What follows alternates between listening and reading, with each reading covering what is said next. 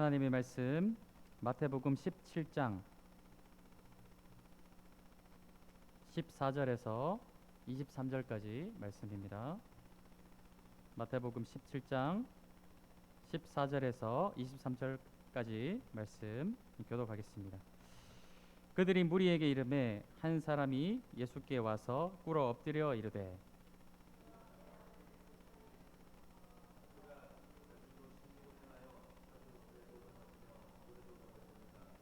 내가 주의 제자들에게 데리고 왔으나 능히 고치지 못하더이다.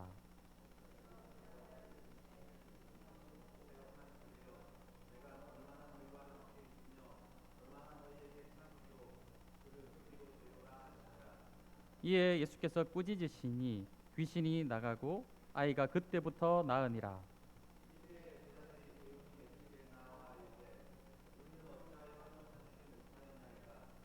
이르시되 너희 믿음이 작은 까닭이니라. 진실로 너희에게 이르노니 만일 너희에게 믿음이 겨자씨 한 알만큼만 있어도 이 산을 명하여 여기서 저기로 옮겨지라 하면 옮겨질 것이요 또 너희가 못할 것이 없으리라. 22절 말씀 읽겠습니다.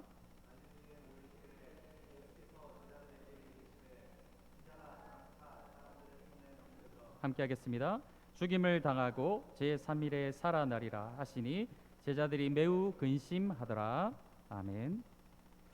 이 초심이라는 단어가 있습니다. 처음부터 끝까지 변치 않는 마음을 우리가 보통 이야기할 때 초심을 지킨다라고 표현을 하죠. 그러나 사실 이 초심을 지킨다라는 것은 이 사람에게 있어서 결코 쉬운 일이 아님을 우리 성도님들이 너무나도 잘 알고 계실 것입니다. 성경에도 보면은 많은 인물들에 대해서 기록을 하고 있지만 이 처음에 초심을 끝까지 유지한 사람은 거의 드문 것을 보게 돼요. 우리 대표적으로 이 왕들의 이야기를 우리 살펴보게 되면 이 사울 왕도 초기에는 성령에 충만하여서 자신을 하나님 앞에 드리며 온 백성을 위해서 섬기는 그런 왕으로 나타나게 되지만 얼마 가지 않아서 그 마음이 변하여지고 교만하여져서 하나님께 불순종하는 그런 모습을 우리가 잘 알고 있다라는 것이죠. 그 다음으로 이어진 다윗도 어떻습니까? 다윗은 초기와 중기까지 정말 하나님의 마음에 합한 자로서 무엇인가 결정할 때 단 하나도 자기가 먼저 결정한 것이 없었어요. 철저하게 하나님께 무엇이든지 다 기도하고 여쭈어보고 결정하는 다윗의 모습을 우리가 보는데, 그러나 그도 어떻습니까? 모든 것이 안정되고 평안해지고 어려움이 없는 그런 상황이 되었을 때에 그만 밧세바 사건을 통하여서 넘어지고 잠깐 하나님을 잊어버리는 그런 모양을 우리가 알고 있다라는 것이죠. 열왕기를 읽어보면 그 다음 솔로몬도 마찬가지죠. 처음에는 정말 하나님 앞에 일천 번제를 드리며 자기 자신은 어린아이고 연약하여서 이 백성들을 감당을 하지 못하겠습니다.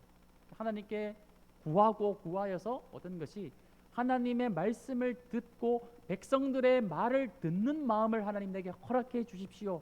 하나님께서 그때 지혜와 더불어 많은 부귀와 영광까지도 주셨지만 결국 그도 말년에는 온갖 우상으로 무너지는 것을 보게 되고, 그 뒤에 이어지는 왕들의 이야기도 히스기야나 요시야 왕을 제외하고는 거의 다 선한 왕들조차도 말년에 가서 다 무너지는 모습들을 보이게 된다라는 것이죠.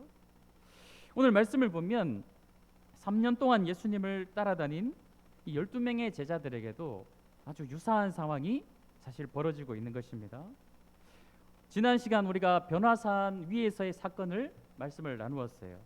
예수님과 세 제자가 변화산에서의 일 이후에 이제 내려왔습니다. 14절 말씀에 보면 그들이 무리에게 이르매, 이제 예수님과 세 명의 제자들이 산에서 내려오셔서 남아있는 제자들에게로 가셨다라는 것이죠.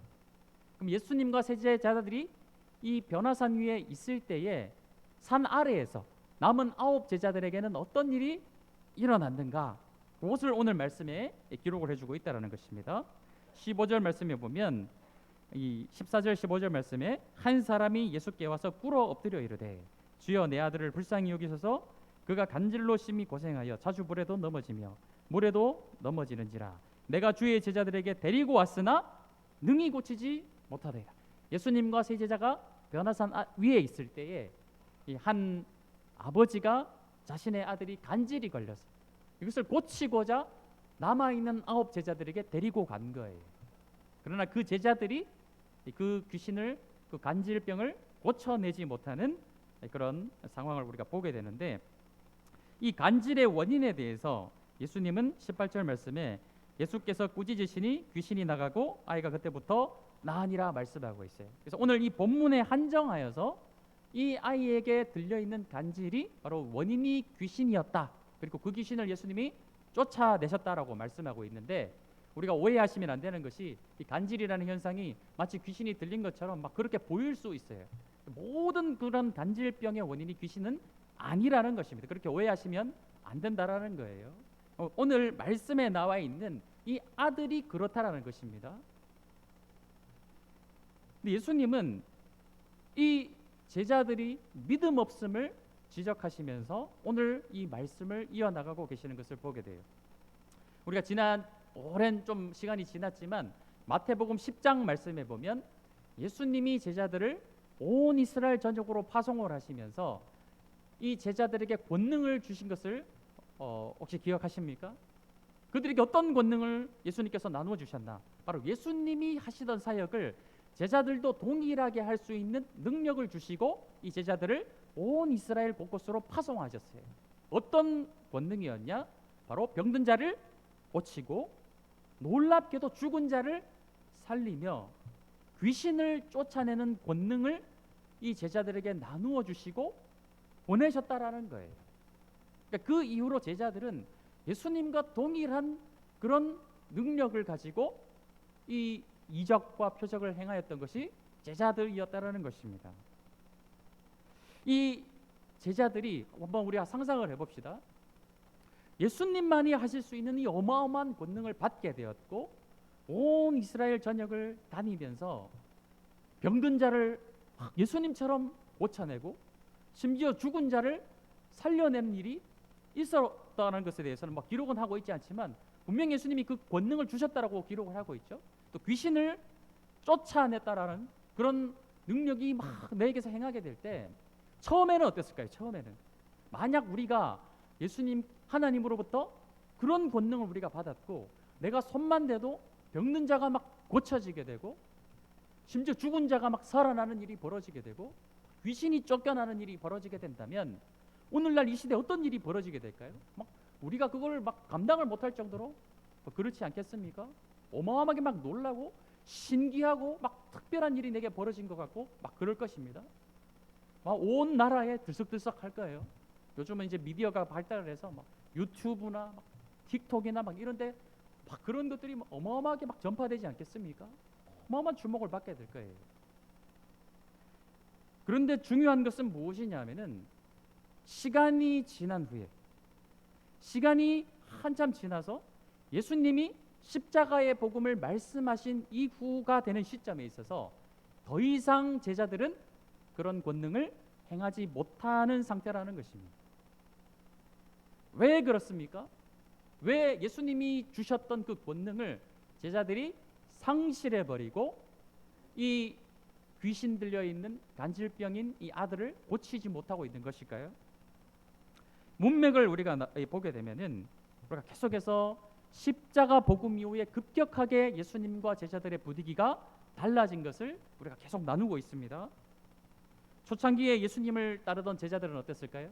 처음에 예수님을 만나서 나를 따르라 이 말씀을 듣고 자신의 모든 것을 버려두고 예수님을 쫓아갔던 제자들의 그 처음에 초심은 어떤 마음이었을까요? 전적으로 주님이신 그 분만을 바라보며 예수님을 따르던 그 제자들의 초심, 그리고 예수님만이 하실 수 있는 그 특별한 권능을 부여받았을 때에 그 처음의 그 초심이 3년이라는 시간이 지나면서 어느덧 그 마음이, 초심이 무너져 버렸다라는 것입니다. 그 시점이 어느 시점이냐? 바로 예수님이 십자가 복음을 제자들에게 말씀하시고 내가 이제 십자가에서 죽을 것이다 라고 말씀하셨습니다. 그 순간, 그 때가 되었을 때에 제자들에게는 그 능력조차 상실된 상태가 되었다라는 것이죠. 이것은 다른 말로 하면은 오늘 말씀에 따르면 이 제자들에게 겨자씨 한 알만큼의 믿음도 남아있지 않는 상태라고 말씀하시는 거예요. 제가 어떤 분에게 겨자씨를 이렇게 선물을 받은 적이 있었습니다. 이 조그만한 비닐에 이 겨자씨 한 3알 정도를 담아 주셨는데 이 쌀 한 톨 크기보다도 작습니다. 쌀 한 톨의 한 3분의 1 정도 크기도 되지 않는 아주 동그란 그 씨앗 같은 것이 바로 겨자씨예요. 우리나라 말로 하면은 좁쌀만큼도 지금 제자들에게는 믿음이 남아있지 않다라는 것을 예수님은 말씀하고 계신다는 것입니다. 그런 상태가 잘 드러나는 것이 지난 시간 본문이었어요. 변화산 위에서 예수님이 십자가의 복음을 말씀하셨음에도 불구하고 그 예수님을 산 위에 붙들어 놓고 자신들의 왕국을 건설해서 이 땅을 다스리겠다라는 그런 생각을 가진 제자들이 바로 이 제자들의 상황이었다는 것이죠. 산 아래에는 어떻습니까? 마찬가지라는 것이죠. 이 귀신조차 감당하지 못하는 제자들의 모습이 드러나는데 예수님은 그 원인이 너희들의 믿음이 없습니다라고 말씀하고 계신다는 것입니다. 이 본문은 초심을 잃어버린 제자들의 영적인 나락 상태를 보여주는 본문이고, 이를 진단하신 예수님은 그들의 믿음이 아예 상실되어 버렸다, 그 지경을 탄식하시는 말씀이라는 것입니다. 우리가 이 본문을 좀 잘못 이해를 하면 우리의 믿음의 막 크기와 작음, 이 분량의 문제로 생각할 수 있는데, 예수님은 그것을 말씀하시는 것이 아니에요. 지금 현재 제자들의 상태는 아예 믿음이 없다, 좁쌀만큼도 겨자씨 한 알만큼도 너희에게 믿음이 사라져버린 상태다라는 것에 대해서, 변질되어 버린 상태다라는 것에 대해서 말씀하는 것입니다. 그런 변질된 상태를 또 잘 보여주는 제자들의 질문이 있어요. 19절 말씀 보겠습니다. 자, 이때에 제자들이 조용히 예수께 나와 질문하죠. 무엇이라 질문합니까? 우리는 어찌하여 쫓아내지 못하였나이까? 라고 질문하고 있어요. 자, 우리는 어찌하여 쫓아내지 못하나이까? 질문 자체가 올바른가요? 잘못되었나요? 잘못되었다라는 것이죠. 귀신은 누가 쫓아내는 것이죠? 제자들이 쫓아내는 것이 아니라는 것입니다. 오직 귀신을 쫓아내는 권능은 전능하신 하나님 외에는 불가능하다라는 거예요. 사람의 능력으로 되는 것이 아니라는 것입니다. 그러나 시간이 지나면서 제자들은 이 권능이 하나님께로부터 왔다라는 사실을 망각해 버리는 거예요. 그리고 자신들은 왜 이것을 하지 못하냐고 원인을 자신의 어떤 상태에 사서 찾으려고 하는 모습을 보인다라는 것이죠. 그래서 예수님은 여기에 대해서 무엇이라 말씀하시느냐? 이 본문 말씀은 이 사복음서에 모두 기록이 되어 있습니다. 마태복음, 마가복음, 누가복음, 요한복음에 다 기록이 되어 있어요. 근데 이 마가복음 9장 28절 29절 말씀에 예수님께서 또 다른 말씀을 하시는 것을 보게 됩니다. 우리 한번 좀 띄워주십시오. 마가복음 9장 28절에서 29절 말씀 함께 읽겠습니다. 시작. 집에 들어가심에 제자들이 조용히 묻자오되 우리는 어찌하여 능히 그 귀신을 쫓아내지 못하였나이까? 이르시되 기도 외에 다른 것으로는 이런 종류가 나갈 수 없느니라 하시니라. 자, 마태복음에서는 너희들의 믿음 없음에 대해서 말씀하고 있죠. 그러니까 동일한 것을 기록하고 있는 마가의 입장에서는 예수님의 이 말씀을 기록하고 있습니다. 기도 외에는 이것이 불가능하다라는 것이죠. 기도는 무엇입니까? 나에게서 능력을 찾는 것이 아니에요. 기도는 나의 부족함과 연약함을 하나님께 아뢰며 그분의 도우심을 구하는 것, 그것이 기도가 아니겠습니까? 그래서 이런 능력은 우리에게서 나가는 것이 아니라 전적인 아버지로부터 말미암음이다라는 것에 대해서 예수님은 가르쳐주고 계시다라는 것이죠. 믿음의 크고 작음의 문제가 아니라는 것입니다. 바로 방향성의 문제라는 거예요. 방향성이 지금 예수님과 제자들의 방향성이 완전히 다른 상황에 대해서 말씀하고 계세요.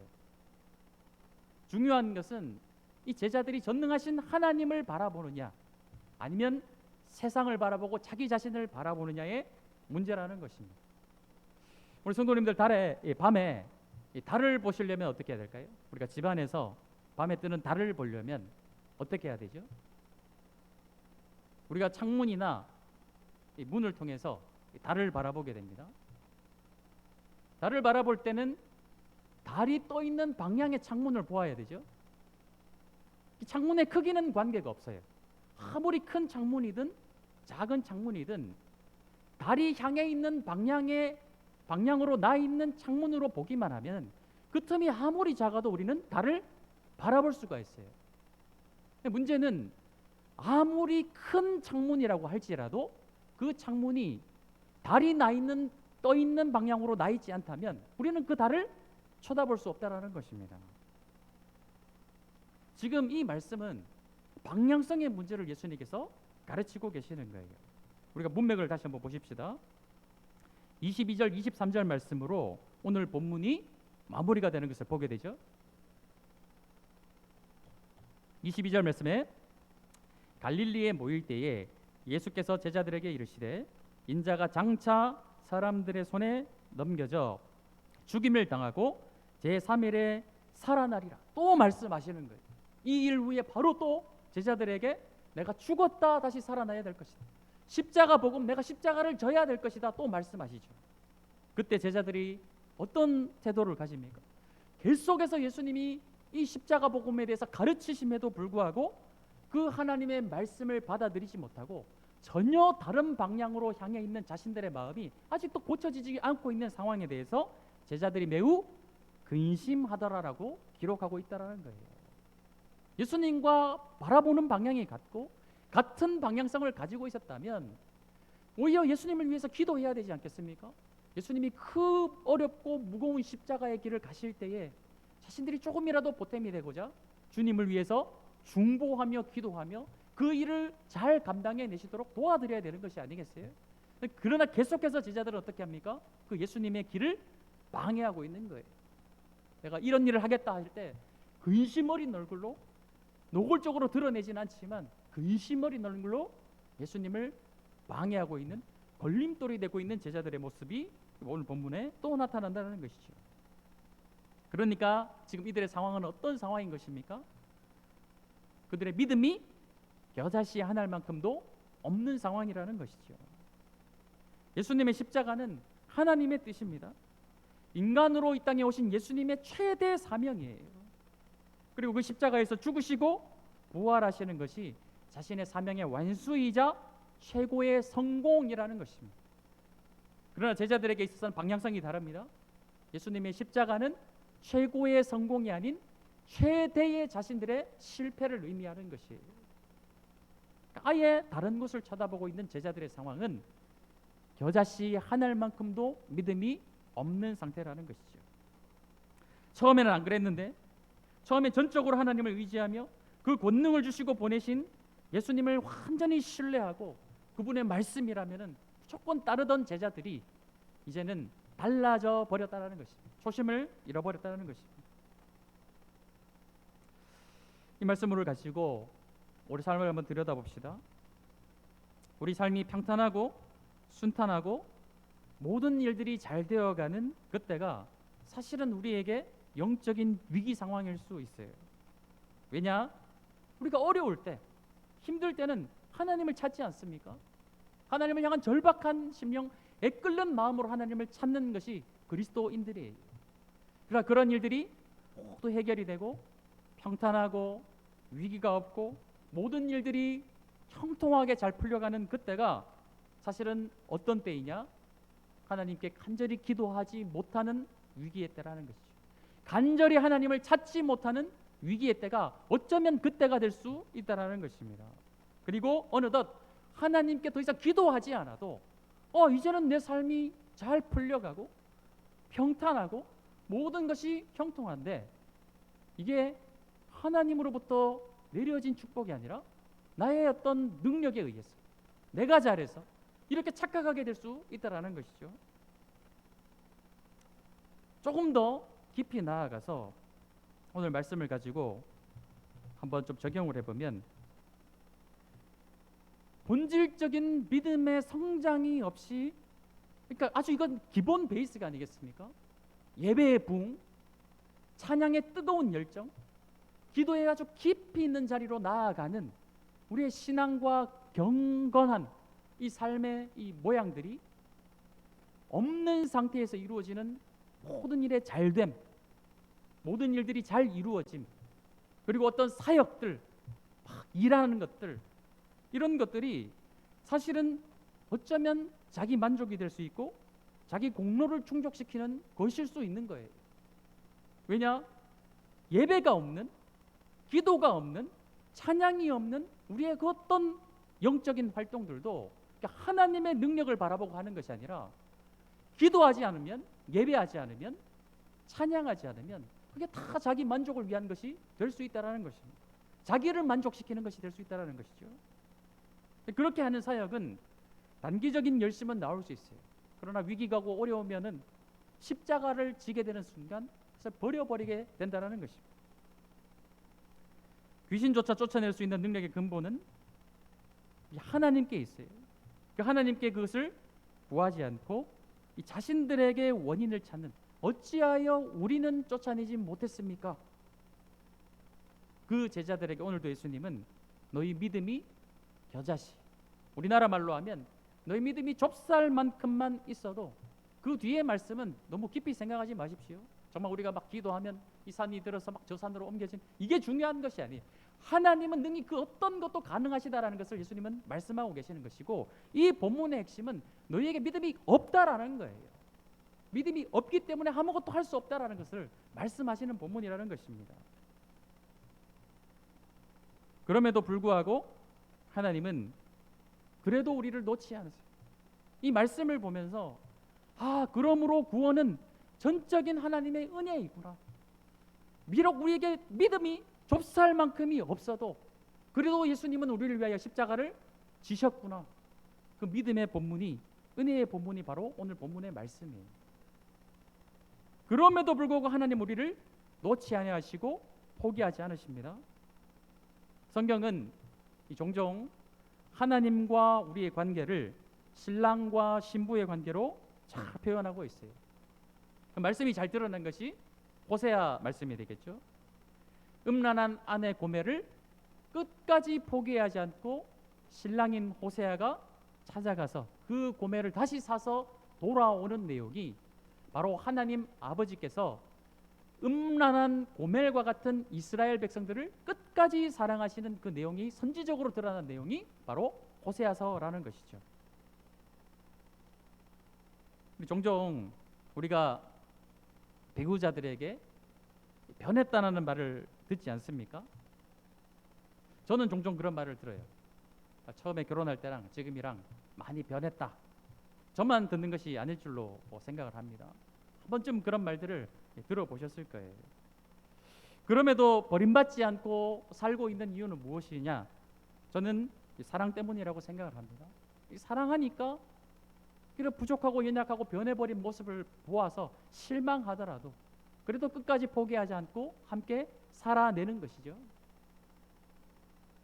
하나님은 우리에게 겨자씨 한 알의 믿음만큼도 남아있지 않더라도 마치 처음에 우리를 바라보실 때 죄와 사망의 권세 아래서 불구덩이에 빠져서 죽어가고 있던, 그 사망의 음침한 골짜기에서 신음하고 있던 우리를 바라보시면서 그 불쌍히 여기는 마음, 그 애끓는 마음으로 우리를 사랑하신 그 사랑이 지금도 변함이 없다라는 거예요. 우리에게 좁쌀만한 믿음이 없어도 끝까지 우리를 사랑하시는 분이 우리 하나님이시라는 것입니다. 우리는 자꾸 신앙생활을 하다 보면은 자꾸 눈이 딴 데로 돌아가죠. 예수님이 바라보시는 그 방향, 하나님이 바라보시는 그 방향을 우리가 함께 그 시선을 보태어서 바라보는 것이 아니라 자꾸만 다른 곳을 바라보게 돼요. 다른 것을 구하게 되고 하나님 아버지의 뜻, 그 나라의 뜻을 구하는 것이 아니라 나의 뜻, 나의 정욕, 나의 만족을 위해 살아가는 것이 우리의 연약한 모습이 아니겠습니까? 우리가 이 말씀을 보면서 점검해야 되는 것은요, 지금 내 믿음이 좁쌀만큼이라도 있는가? 아니면 그보다 더 큰 믿음을 내가 소유하고 있고 그 능력의 기반을 나에게 두고 있지는 않는가? 점검하셔야 된다는 거예요. 십자가 복음을 통하여서 십자가 복음을 기반으로 한 믿음이 내 안에 겨자씨 한 알만큼이라도 있는가? 오늘 이 주일 하루 예수님을 생각하시면서 자기 자신을 점검하시는 성도님들이 되셨으면 좋겠습니다. 그리고 자꾸 눈이 다른 곳으로 돌아가고 다른 방향으로 나아가더라도 우리를 끝끝내 불러주시고 그 사랑의 눈으로 우리를 바라봐 주시는 하나님을 오늘도 우리는 이 예배 자리에서 평생도록 찬양하며 경배하셔야 된다는 것입니다. 우리 함께 찬양하며 나갑시다.